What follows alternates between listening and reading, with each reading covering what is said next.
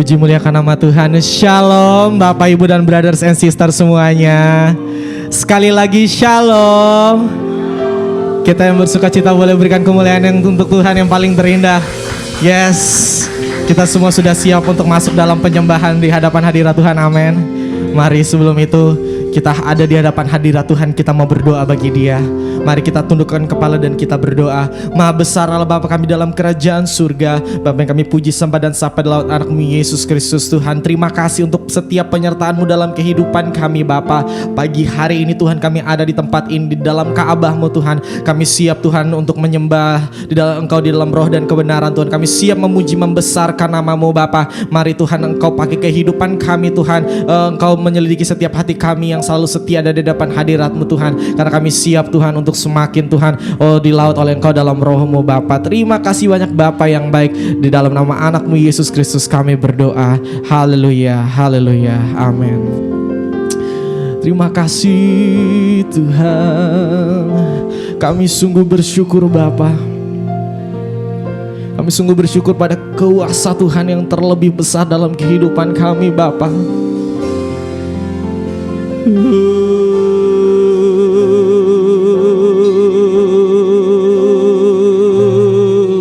Ini kami Tuhan, jadikan kuasa-Mu dalam kehidupan kami.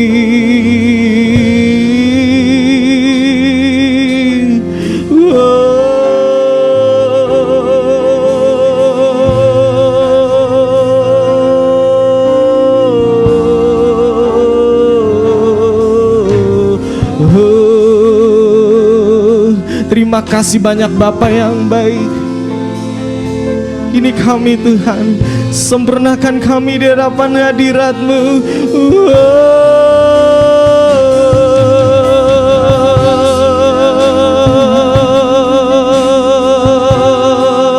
Yesus, terima kasih Tuhan.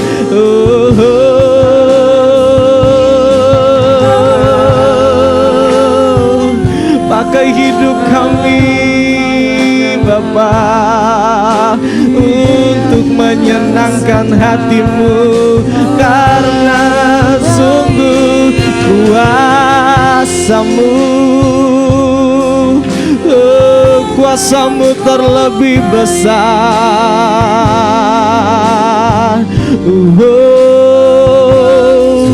Kuasa-Mu terlebih besar, Tuhanku terlebih besar.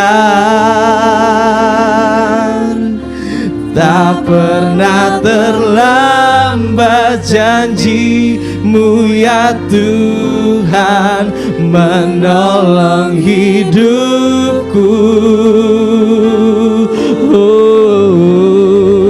Kuasa-Mu terlebih besar, Tuhanku terlebih besar. Tak pernah terlambat janji-Mu ya Tuhan, pulihkan hidupku. Mari sama-sama jemaat Tuhan. Hanya Kau Tuhan penolongku.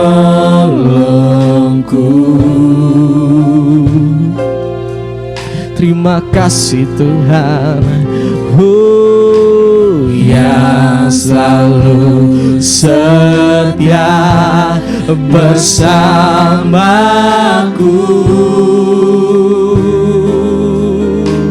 Karena kasih-Mu Tuhan, kasih-Mu yang sanggup mengubah kehidupanku. Sungguh ku berserah, sungguh ku percaya kuasa-Mu terlebih besar. Tuhanku terlebih besar. Tak pernah terlambat janji-Mu ya Tuhan, menolong hidupku. Kuasa-Mu terlebih besar. Tuhanku terlebih besar.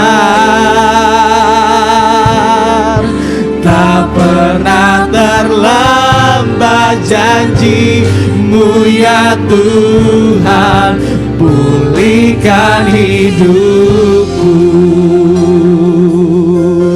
Terima kasih Tuhan. Sekali lagi katakan dari hatimu. Hanya Kau Tuhan penolongku, yang selalu setia, yang selalu setia bersamaku. Dan karena kasih-Mu yang sanggup mengubah kehidupanku. Sungguh ku berserah, kami pasrahkan padamu. Sungguh ku percaya kuasa-Mu terlebih besar. Tuhanku terlebih besar. Tak pernah terlambat janji-Mu ya Tuhan, menolong hidupku.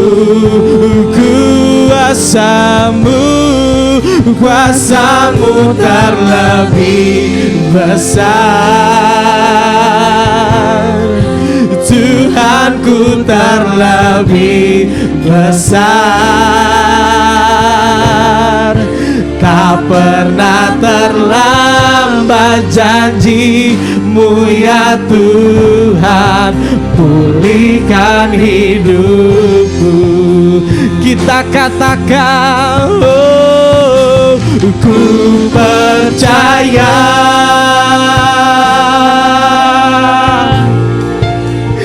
Kau bekerja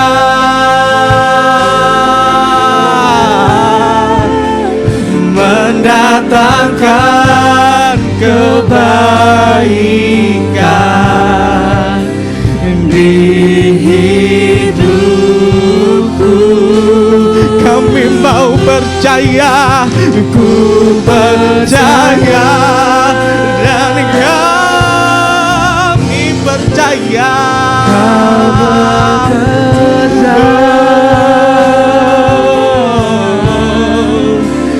Mendatangkan kebaikan, mendatangkan kebaikan.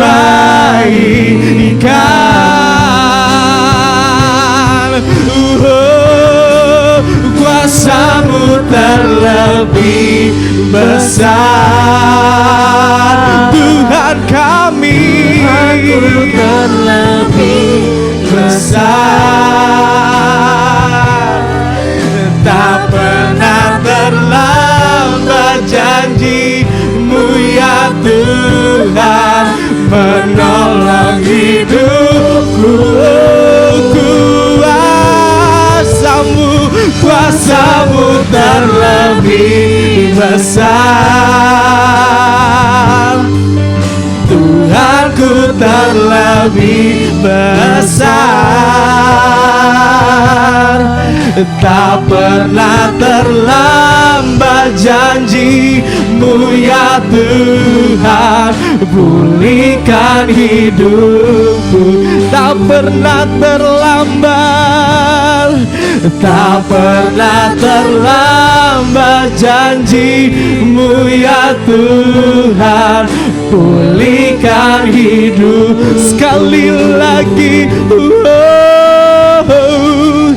tak pernah terlambat janji-Mu ya Tuhan, pulihkan hidupku. Naikkan penyembahan-Mu di hadapan-Nya, karena sungguh Dia terlebih besar. Sungguh kuasa-Mu terlebih besar.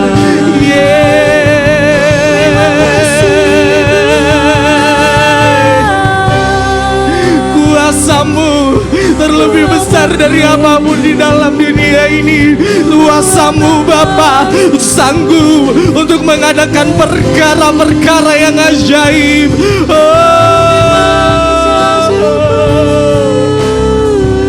Oh Tuhan, Engkau mari nyatakan Bapa, sebab hanya Engkau penolong kami, hanya Engkau yang mampu untuk membawa kami Tuhan. Sebab siapa kami di hadapan hadirat-Mu, sebab siapa kami Bapa di bawah salib-Mu Bapa. Ini kehidupan kami.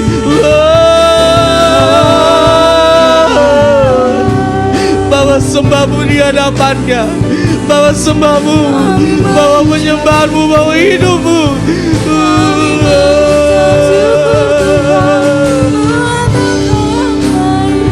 Oh terima kasih Tuhan, terima kasih Yesus. Sebab apa yang kami balas Bapa, apa yang kami balas atas setiap kebesaran-Mu, apa yang kami balas atas setiap kebaikan-Mu Bapa. Dan Engkau sungguh sangat baik, Engkau teramat baik.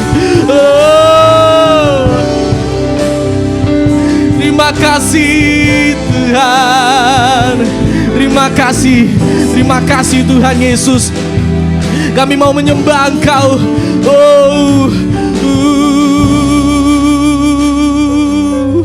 Terima kasih Tuhan. Ini hidup kami Tuhan, ini hidup kami Tuhan. Kami mau bawa Tuhan semakin nyata di hadapan hadirat-Mu Bapa. Ini hidup kami Tuhan, kami mau persembahkan untuk Engkau Bapa.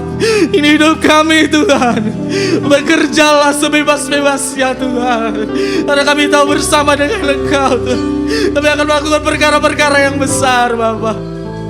Karena sungguh kuasa-Mu yang nyata Bapa, kuasa-Mu yang ajaib. Oh, penuhi ruangan ini Roh Kudus, lawat kami, jamah kami. Oh siapa kami menyembah? Oh, kepada siapa kami bersujud? Oh, kepada siapa kami akan mengadu? Ini hidup kami Bapa, pakai hidup kami Tuhan. Terima kasih Yesus. Hidup kami Tuhan, pakai hidup kami makin dahsyat Tuhan, karena Engkau sungguh sangat baik. Engkau sungguh sangat baik dalam kehidupan kami. Katakan dari hati kecilmu, katakan dari kehidupanmu yang fana, katakan di hadapan hadiratnya, sungguh kuasamu terlebih besar Bapa. Sungguh kuasamu sangat besar dalam kehidupan kami Bapa. Kau sangat baik, Kau sangat baik, Kau sangat baik. Terima kasih Bapa.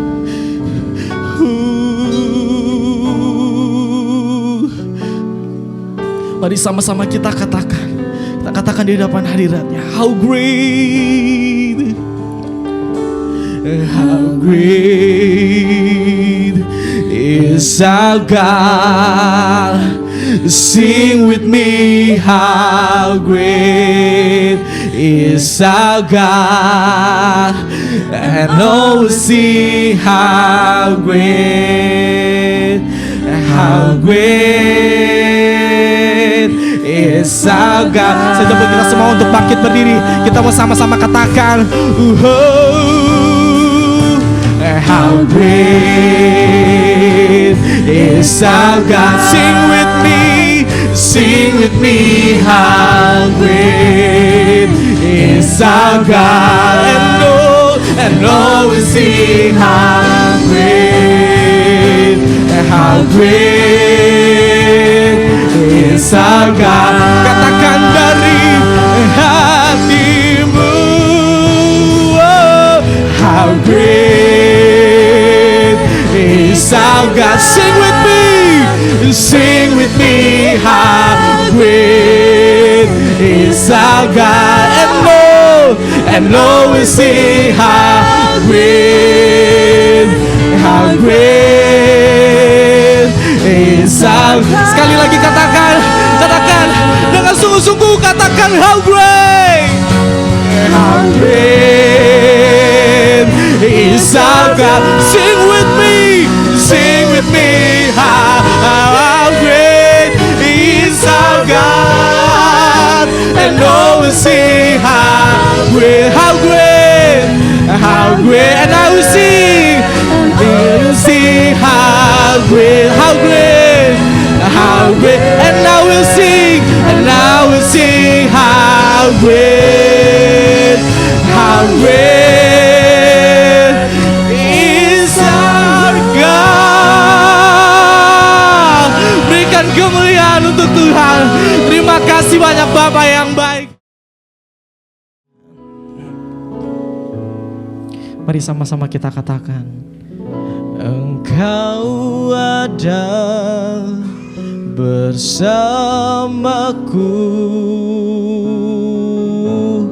di setiap musim hidupku. Tak pernah Kau biarkan ku sendiri.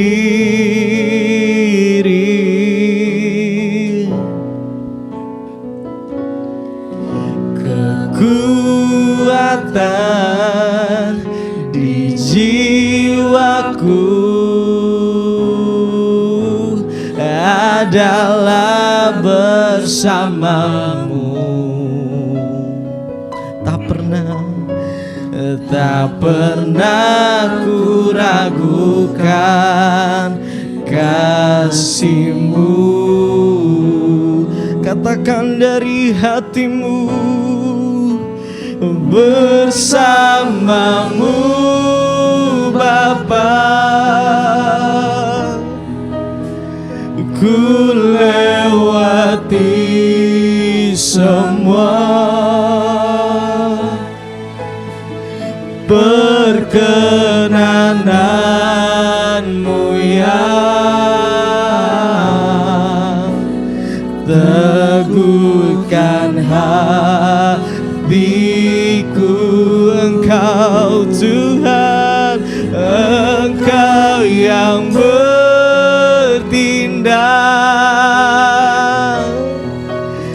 memberi pertolongan.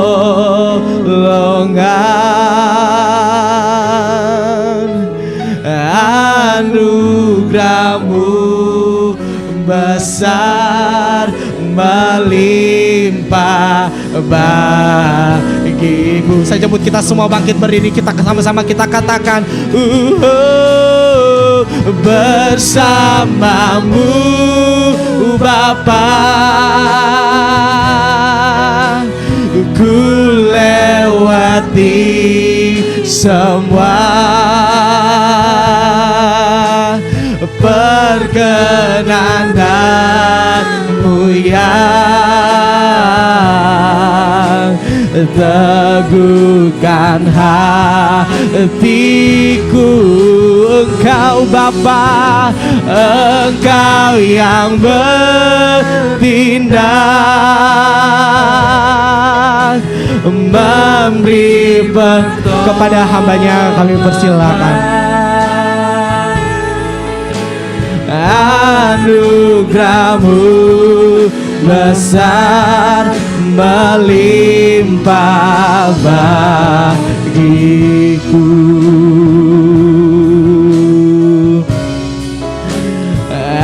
Anugerah-Mu besar, melimpah bagiku. Anugerah-Mu besar, anugerah-Mu besar, melimpah bagiku.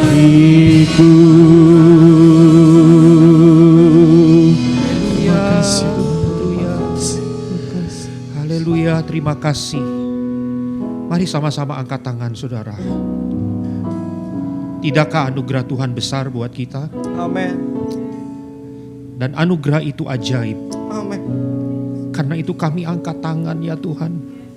Bersyukur, berterima kasih.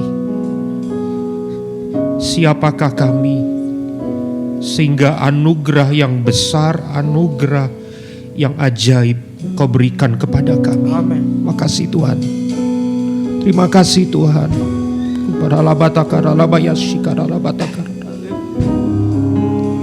Oh Yesus. Haleluya. Yesus, Yesus, Yesus. Oh rabatakana ya dana warabatakana warabatakana.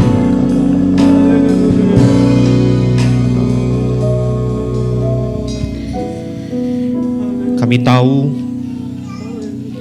bukan hanya saat kami berdoa memuji menyembah hadirat-Mu melawat kami, tapi di dalam pemberitaan firman kami juga menyembah-Mu dan merasakan hadirat Tuhan.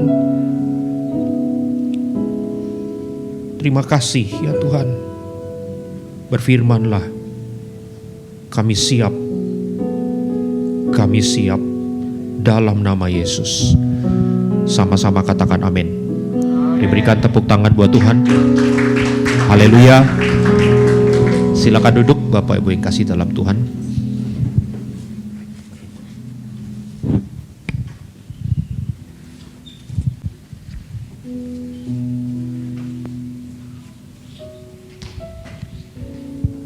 Saudara yang dikasih dalam Tuhan Yesus, Shalom. Shalom, saya boleh lihat tangan-tangan yang terangkat, Shalom. Puji Tuhan. Ya. Tentu ini bukan kali yang pertama saya ada di sini ya. Tapi saya mau bilang hari ini adalah hari di mana saya paling diberkati dengan doa pujian penyembahan setelah selama ini saya ada di sini hari ini. Saudara yang rasakan hadirat Tuhan boleh, yuk kita berikan tepuk tangan. Tuhan Yesus baik. Oke. Puji Tuhan. Jadi saya berterima kasih hari ini diundang ke sini Pak Nathan. Nah, Bapak Ibu Saudara perlu tahu saya dan Pak Nathan ini banyak kesamaan. Salah tiga ya, banyak banget salah tiga ini. Satu, sama-sama penggemar bakmi. Nomor dua, kita sama-sama suka teologi. Dan nomor tiga ini mungkin yang jarang ada yang tahu. Kami berdua sama-sama punya putri namanya Abigail. Bedanya Abigail yang ini sulung, Abigailnya saya bungsu ya. Oke, so jadi ya itulah saudara ya, puji Tuhan. Saya bersyukur banget bisa ada ke tempat ini. Seperti ada di rumah sendiri, boleh ya? Saya anggap ini rumah sendiri. Puji Tuhan. Dan saya juga percaya saudara ke tempat ini seperti ke rumah sendiri. Yuk berikan tepuk tangan sekali lagi buat Tuhan. Nah, hari ini saya mau membawa tema khotbah 2 masalah terbesar. Kalau kita ketemu dengan kata-kata masalah terbesar, tentu kita ingat apa yang Alkitab katakan tentang masalah atau pencobaan yang kita alami. Alkitab tidak katakan pencobaan yang kita alami pencobaan yang besar, betul nggak? Tapi Alkitab katakan apa? Pencobaan yang kita alami adalah pencobaan-pencobaan biasa. Dan yang bilang itu adalah firman Tuhan. Dan Tuhan sudah merasakan seperti apa itu penderitaan terbesar di atas kayu salib. Jadi kalau pendeta yang ngomong pencobaanmu pencobaan biasa, maka jemaat bisa bilang, Pak Pendeta belum ngalamin yang saya alamin kan, gitu ya. Tapi yang ngomong bukan Pak Pendeta, ini pencobaan biasa, tapi firman Tuhan ya. Pencobaan kita itu biasa. Tapi ada pencobaan yang luar biasa. Inilah masalah terbesar. Dan itu bukan kehilangan pekerjaan, bukan mungkin ada ketidakharmonisan dalam keluarga, bukan semua itu. Mari kita lihat kisah Yunus dipanggil oleh Tuhan di dalam Yunus pasal yang pertama, ayat kedua dan ayat yang ketiga. Di dalam ayat yang pertama dikatakan itu Tuhan berfirman kepada Yunus. Dan inilah firman Tuhan, bangunlah pergilah ke Niniwe, kota yang besar itu. Berserulah terhadap mereka, karena kejahatannya telah sampai kepadaku. Tetapi Yunus bersiap untuk melarikan diri ke Tarsis, jauh dari hadapan Tuhan. Ia pergi ke Yafo dan mendapat di sana sebuah kapal yang akan berangkat ke Tarsis. Ia membayar biaya perjalanannya lalu naik kapal itu untuk berlayar bersama-sama dengan mereka ke Tarsis, jauh dari hadapan Tuhan. Apa itu masalah besar? Apa itu pencobaan yang luar biasa? Itu terjadi ketika Tuhan minta Yunus ke Niniwe, tapi dia pergi ke Tarsis. Coba bayangkan gambar ini. Coba lihat gambar ini. Kebayang? Tuhan minta Yunus ke timur. Dan yang Yunus lakukan adalah dia mau pergi sejauh-jauhnya ke arah barat. Jadi apa makna dari Niniwe dan Tarsis ini? Kalau bukan, Tarsis itu berbicara tentang keinginan manusia yang bertolak belakang 180 derajat dari kehendak Tuhan. Dan ketika seseorang memalingkan dirinya 180 derajat dari kehendak Tuhan, orang tersebut bisa pergi sejauh-jauhnya dari Tuhan. Orang itu bisa bejat sebejat-bejatnya jauh dari Tuhan. Itulah Tarsis. Dan kita pikir kegagalan melakukan kehendak Tuhan adalah masalah biasa. Tapi kalau kita pikir ulang, Yunus yang seorang nabi pun, di dalam ayat 1 tadi dikatakan Yunus mendengar Tuhan berfirman. Nabi peka dengar suara Tuhan, and yet gagal melakukan kehendak Tuhan. Gagal melakukan kehendak Tuhan di dalam kisah ini digambarkan dengan sebuah kalimat yang diulangi 2 kali di dalam ayat 1-3 tadi. Dikatakan jauh, Yunus jauh dari hadapan Tuhan.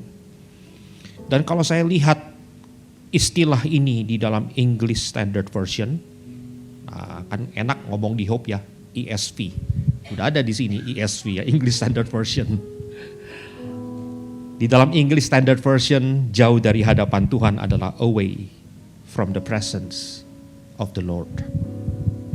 Sadarkah kita, kalau kita gagal melakukan kehendak Tuhan, kita sesungguhnya sedang jauh dari hadirat Tuhan. Dan juga demikian halnya kita ini yang ada di keluarga besar GBI Gatot Subroto di bawah Pak Niko gitu ya. Entah sebagai pendeta, gembala sidang atau gembala pembina. Kita yang put a premium on the presence of the Lord ya. Kita sangat mementingkan hadirat Tuhan. Kita mengejar hadirat Tuhan. Kita ini orang-orang Gatsu gitu ya, yang sangat mementingkan hadirat Tuhan. Kita perlu bertanya, merenung, orang yang banyak ada di hadirat Tuhan pasti melakukan kehendak Tuhan.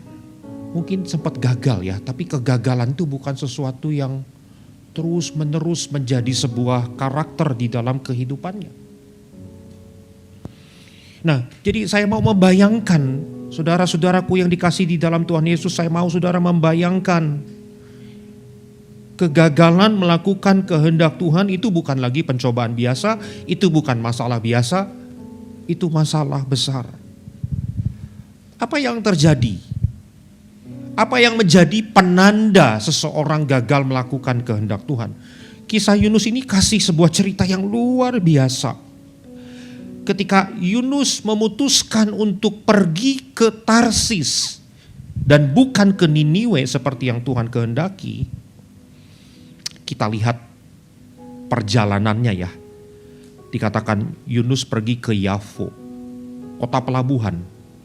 Berarti dari manapun saat itu Yunus terima pesan Tuhan untuk pergi ke Yafo, kota pelabuhan, maka itu adalah sebuah perjalanan yang menurun. Dari Yafo dia ke kapal. Kita punya istilah naik kapal, seolah-olah kapal lebih tinggi dari pelabuhan, betul enggak? Tapi di masa itu, saudara, ada banyak kapal yang di bawah tebing gitu ya. Jadi mereka ke kapal tuh bukan naik kapal sesungguhnya, tapi turun dari pelabuhan untuk sampai kepada kapal, turun lagi. Dan Yunus tidak hanya ada di kapal, lalu dia ambil selfie di geladak yang paling atas gitu ya. Dia di dalam kisah ini dia turun lagi ke ruang kapal yang paling bawah. Dan kita tahu tidak hanya sampai di situ, tidak hanya turun ke Yafo, turun ke kapal, turun ke ruang yang paling bawah. Kita tahu Yunus turun ke perut ikan, dan perut ikan yang besar itu, saudara ya, kan gak mungkin berenang 10 meter, 20 meter gitu ya. Saya membayangkan ikan itu mungkin turun 500 meter ke bawah gitu ya. Jadi Yunus ada di dalam kehidupan yang terus menurun. Bahkan perut ikan itu melambangkan dunia orang mati. Tempat yang paling bawah di dalam Alkitab, saudara, terutama di Perjanjian Lama. Tempat yang paling bawah dan tidak ada yang lagi yang lebih bawah adalah Sheol, dunia orang mati. Jadi cerita ini mau kasih sebuah gambaran yang luar biasa kepada kita, bahwa kegagalan melakukan kehendak Tuhan ujung-ujungnya adalah kematian. Dan tidakkah itu mengerikan? Saya percaya kita dengerin firman bukan hanya supaya hati kita terhibur atau hati kita bersuka cita ya. Tapi ada waktunya kadang-kadang kita dengerin firman. Kita mau merasakan kengerian, terutama kalau jauh dari hadirat Tuhan. Dan inilah akibat dari gagal melakukan kehendak Tuhan. Saudara rasakan itu? Dan untuk dapat karena itu, untuk dapat melakukan kehendak Tuhan, kita harus tahu kehendaknya. Dan biasanya kalau jemaat dengerin kata mengetahui kehendak Tuhan, langsung di pikirannya, waduh sulit banget ini. Mengetahui kehendak Tuhan berarti harus orang yang sangat peka telinga rohaninya. Wow, saya belum sampai situ Pak. Mengetahui kehendak Tuhan berarti dia harus dalam pengetahuan Alkitabnya. Saya belum sampai situ Pak. Mengetahui kehendak Tuhan berarti setiap langkah apapun keputusan dalam hidup kita bisa dengar dengan jelas. Kiri, kanan, depan, belakang. Dengerin dengan jelas gitu saudara ya. Wah kita tambah ngeper. Ini mengetahui kehendak Tuhan sulit banget kayaknya. No, not at all. Kenapa saya bisa berkata begitu? Karena kehendak Tuhan ada di dalam seluruh isi Alkitab. Yang mengaminkan itu boleh angkat tangan. Kehendak Tuhan ada di dalam seluruh isi Alkitab. Dari Kejadian sampai kepada Wahyu. Dan saya mau bilang kehendak Tuhan bukan hanya ada di 1-2 ayat favorit. Tapi kehendak Tuhan ada di dalam seluruh isi Alkitab. Karena itu supaya kita tidak gagal melakukan kehendak Tuhan. Supaya kita bisa tahu kehendak Tuhan, bacalah seluruh isi Alkitab. Katakan sama-sama, seluruh isi Alkitab. Jangan jadi tukang pilih. Tuhan kasih masakan namanya Alkitab. Tapi masakan ini Tuhan saya cuma suka dagingnya. Kalau yang suka daging ada yang vegetarian cuma suka sayurnya. Tuhan saya pilih-pilih deh Tuhan. Kalau Tuhan kasih masakan saya ambil dagingnya doang, saya ambil sayurnya doang. Kalau makanan boleh begitu. Tapi kalau makanan surgawi yang namanya firman Tuhan, kita jangan jadi tukang pilih. Betul saudara? Kita jangan jadi orang yang kepepet. Hanya cari firman Tuhan, hanya baca firman Tuhan kalau lagi kepepet gitu. Saya sih bersyukur ya orang kepepet masih cari firman ya. Tapi saya ajak, mau enggak kita cari firman bukan hanya karena kepepet. Ada amin? Ya. Jadi bacalah seluruh isi Alkitab. Saudara mau tahu apa yang terjadi kalau kita membaca seluruh isi Alkitab dengan setia? Belum tentu kita hafal semuanya, betul? Belum tentu juga kita mengerti semuanya, benar nggak? Kita ngomong yang real aja nih, ya.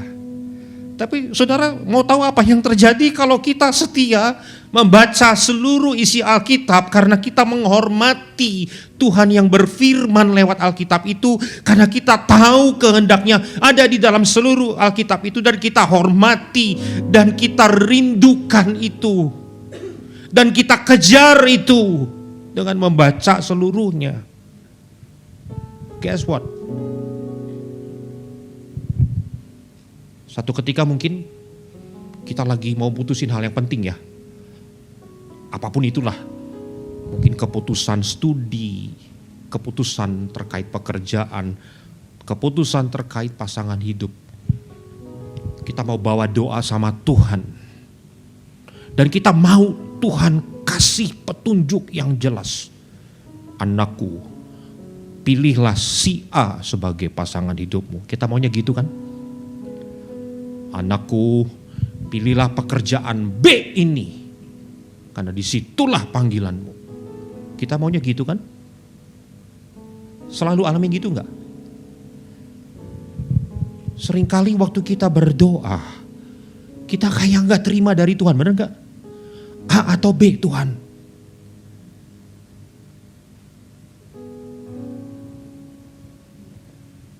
Saya mau bilang gini, kalau saudara menghormati firman, kalau saudara menjadikan firman itu mutiara yang kamu cari, tanpa kita sadari, firman itu kayak meresap di dalam pikiran kita, di dalam hati kita. Sehingga saudara, waktu kita kesulitan memutuskan sesuatu dan kita pikir kita gak dengar suara Tuhan gitu ya. Kita gak dengar suara dari langit, kita gak dengar suara yang audible, mungkin juga kita gak dengar suara dari hati. Saya mau bilang begini saudara, kalau saudara menghormati firman dengan cara yang ajaib, somehow saya gak bisa jelaskan itu gimana caranya. Dengan cara yang ajaib, kita dituntun untuk milih, kita dituntun untuk melangkah. Meskipun kayaknya kita gak dengar apa-apa, tapi karena kita menghormati Tuhan, karena kita setia mendengarkan suaranya, dituntun gak oleh Tuhan? Itulah yang terjadi. Yuk kita berikan tepuk tangan buat Tuhan. Berikan tepuk tangan yang paling meriah buat Tuhan. Engkau Tuhan.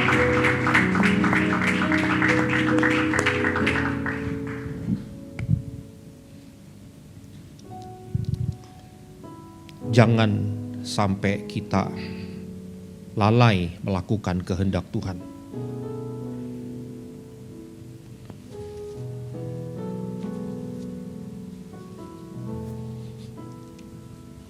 Apa yang terjadi dengan Yunus? 3 hari 3 malam dia ada di perut ikan. 1 jam di perut ikan aja saudara, orang udah mati harusnya. Ini 3 hari 3 malam di perut ikan. Yunus 1 ayat yang ke-17. Dan dari sudut pandang manusia 3 hari 3 malam di perut ikan, itu pencobaan yang luar biasa. Pernah ada saudara yang mengalami seperti ini? Ada di tempat yang paling rendah, tidak ada pertolongan, terowongan di depan kita sangat panjang dan gelap dan tidak ada titik cahaya sedikit pun di ujung terowongan itu. 3 hari 3 malam di perut ikan. Titik terendah. Beberapa bulan yang lalu saya ke Ambon, hari Sabtu melayani ibadah youth. Sebelum mulai ibadah sempat berbincang-bincang dengan ketua youth-nya yang ada di Ambon. Dan dia mulai bilang begini, Pastor, masalah yang terbesar yang anak-anak muda di Ambon lagi alami hari-hari ini, masalah terbesar adalah bunuh diri. Angka bunuh dirinya sangat tinggi. Saya nggak tahu kenapa begitu, apa mungkin karena overthinking atau apapun itu ya. Tapi kenyataannya saya dilaporkan bahwa angka bunuh dirinya sangat tinggi.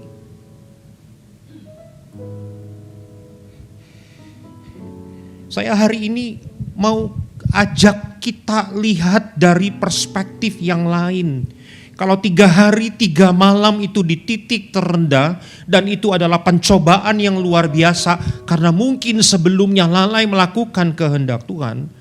Tapi kalau kita sempat berada 3 hari 3 malam di perut ikan, di titik yang terendah, dan kalau kita berbalik, sekarang kita kejar kehendaknya, maka saya mau bilang 3 hari 3 malam di perut ikannya tetap itu realitas kenyataan ya.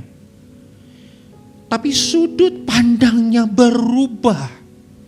3 hari 3 malam bukan lagi pencobaan yang luar biasa, bukan lagi titik terendah di dalam kehidupan kita, tapi sudut pandangnya berubah. Markus 12 ayat 40, saudara. Tuhan Yesus kasih sudut pandang ilahi tentang apa artinya 3 hari 3 malam di perut ikan. 3 hari 3 malam di perut ikan di dalam Yesus adalah sama dengan 3 hari 3 malam di rahim bumi. Dan setelah itu Yesus bangkit. Jadi dari sudut pandangnya Tuhan, 3 hari 3 malam bukan lagi titik terendah di dalam kehidupan kita. Tetapi sebaliknya itu adalah momen untuk bangkit. Mari kita berikan tepuk tangan buat Tuhan. Mari berikan tepuk tangan buat Tuhan. Momen untuk bangkit. Wow. Tuhan tahu Yunus habis keluar dari perut ikan dia akan taat. Pergi ke Niniwe. Karena itu 3 hari 3 malam di perut ikan bukan akhir dari segalanya. Tapi momen untuk bangkit. Dan saya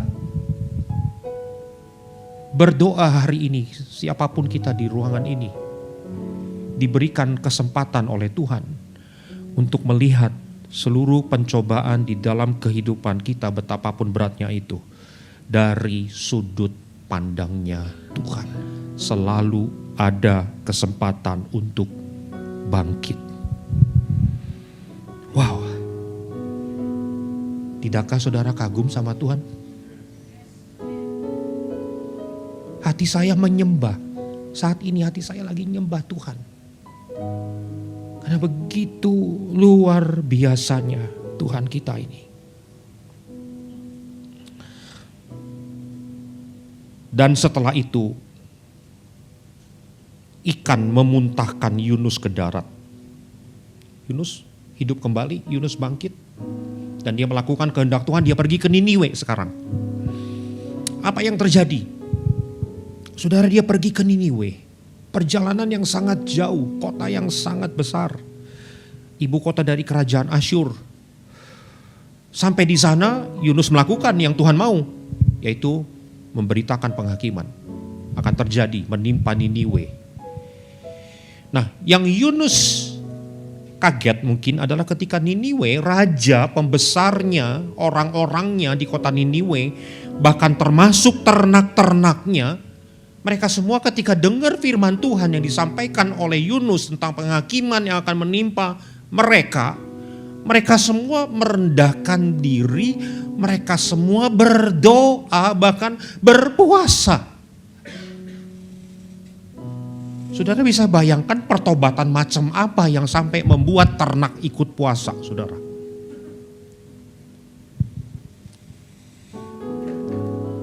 Dan hati Tuhan berubah. Mungkin kita bilang Tuhan pelin-pelan ya. Berubah-ubah. Bukankah firman Tuhan berkata Tuhan tidak berubah? Yesus tidak berubah dari dahulu sekarang sampai selamanya. Tidak, Tuhan tidak pelin-pelan ya. Cara kita lihat Tuhan terbatas banget. Kelihatannya Tuhan berubah-ubah dari sudut pandang manusia. Tapi dari keputusan Tuhan, Tuhan udah tahu apa yang terjadi di depan ya. Jadi ini bukan suatu sikap yang pelin-pelan. Nah, Tuhan ampuni, tidak jadi hukum si Niniwe. Dan apa yang terjadi? Yunus kesal. Yunus marah. Dan dia berdoa kepada Tuhan seperti ini. Saudara pengen tahu doa nabi yang marah kepada Tuhan seperti apa? Doa orang yang marah kepada Tuhan seperti apa? Ini dia doanya. Yuk kita baca sama-sama ayat yang kedua ini, saudara ya. Oke, ayat yang kedua dari Yunus pasal 4, 2, 3. Dan berdoalah ia kepada Tuhan, katanya, ya Tuhan, bukankah telah kukatakan itu ketika aku masih di negeriku? Itulah sebabnya maka aku dahulu melarikan diri ke Tarsis, sebab aku tahu bahwa Engkaulah Allah yang pengasih dan penyayang, yang panjang sabar dan berlimpah kasih setia, serta yang menyesal karena malapetaka yang hendak didatangkannya. Jadi sekarang ya Tuhan, cabutlah kiranya nyawaku, karena lebih baik aku mati daripada hidup. Saudara lihat nih masalah terbesar yang kedua. Yang pertama masuk ke perut ikan tuh, gagal melakukan kehendak Tuhan. Yang kedua, Yunus bilang, aku lebih baik mati daripada hidup. Dan kita pikir yang masalah terbesar adalah roh bunuh diri. Karena si Yunus nabi pengen mati. No, ini masalah terbesarnya adalah satu, Yunus tahu Allah pengasih, penyayang, panjang sabar, berlimpah kasih setia. Hebat gak nih saudara nabi ini? Bisa tahu siapa itu Tuhan. Pengasih, penyayang, panjang sabar, dan berlimpah kasih setianya. Saya bilang Yunus hebat. Tidak semua orang Kristen bisa merasakan seperti yang Yunus rasakan ini. Tapi di mana masalahnya? Yunus tahu siapa Tuhan. Yunus tahu seperti apa luar biasanya Tuhan. Di mana masalahnya? Masalahnya adalah meskipun Yunus tahu Allah pengasih, penyayang, panjang sabar, berlimpah kasih setia. Tapi Yunus hanya memahami Allah panjang sabar, Allah setia, Allah penyayang buat Israel, yaitu umat pilihan Tuhan. Tapi kalau buat Niniwe, kerajaan Asyur, ini si nabi saya perkirakan. Saudara tahu beberapa puluh tahun setelah peristiwa ini, kerajaan Asyur dipakai oleh Tuhan untuk menghancurkan Israel. Saya menebak ya, ini tidak ada di dalam Alkitab. Yunus sebagai nabi udah ancer-ancer nih, Tuhan mau ampuni. Si Niniwe Asyur akan menghancurkan kita di masa depan. Musuh bebuyutannya Israel. Karena itu tadi Yunus bilang, bukankah telah kukatakan ketika aku masih di negeriku, itulah sebabnya aku dulu lari ke Tarsis, sebab aku tahu engkau penyayang. Aku tahu kau akan ampuni Niniwe. Aku tahu engkau akan ampuni musuh kami Tuhan. Dan inilah masalah terbesar yang kedua, yaitu gagal mengalami kasih Tuhan yang utuh. Seringkali orang Kristen ketika memahami kasih Tuhan, ketika memahami kebaikan Tuhan, dia selalu berpikir Tuhan baik buat saya, Tuhan mengasihi saya. Of course, big amen. Tapi seringkali Tuhan mengasihi saya saja. Tuhan memberkati hidup saya saja. Tuhan memulihkan hidup saya saja. Tuhan penyayang, pengasih buat saya saja.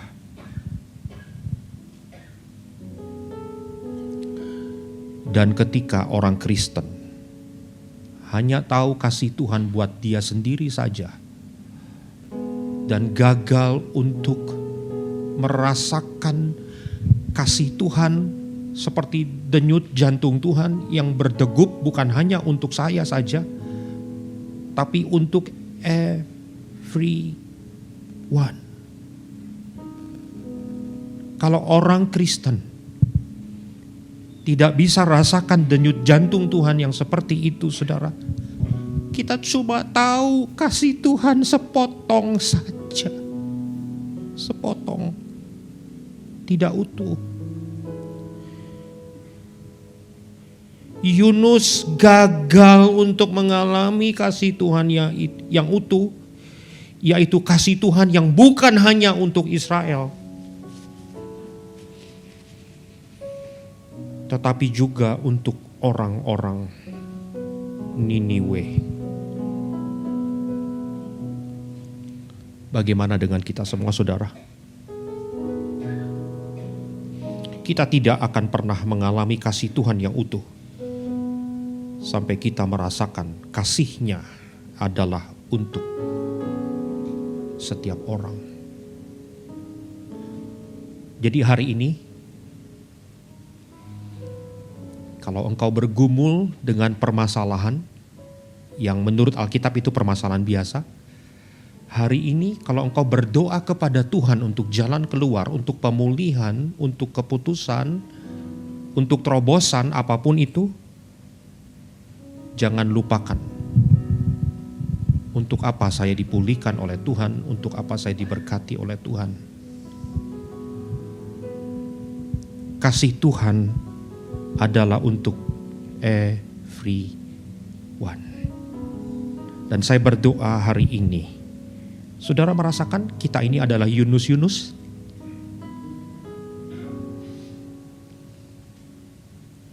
Kita semua perlu bertobat. Yuk kita berdoa. Saya undang tim worship bersama dengan saya.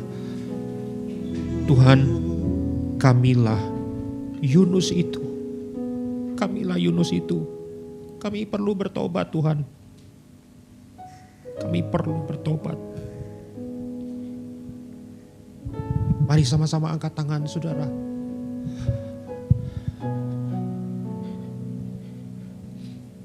Ampuni kami.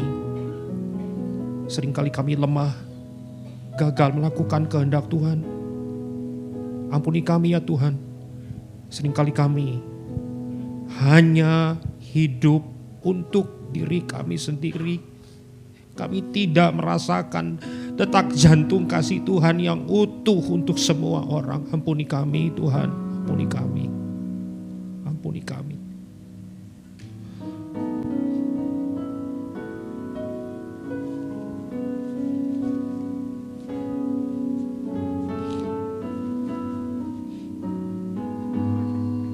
Kami percaya hari ini Roh Kudus bekerja menjamah setiap hati kami. Kami percaya hari ini kuasa firman menjamah setiap hati kami. Yesus, Yesus, Yesus, Yesus.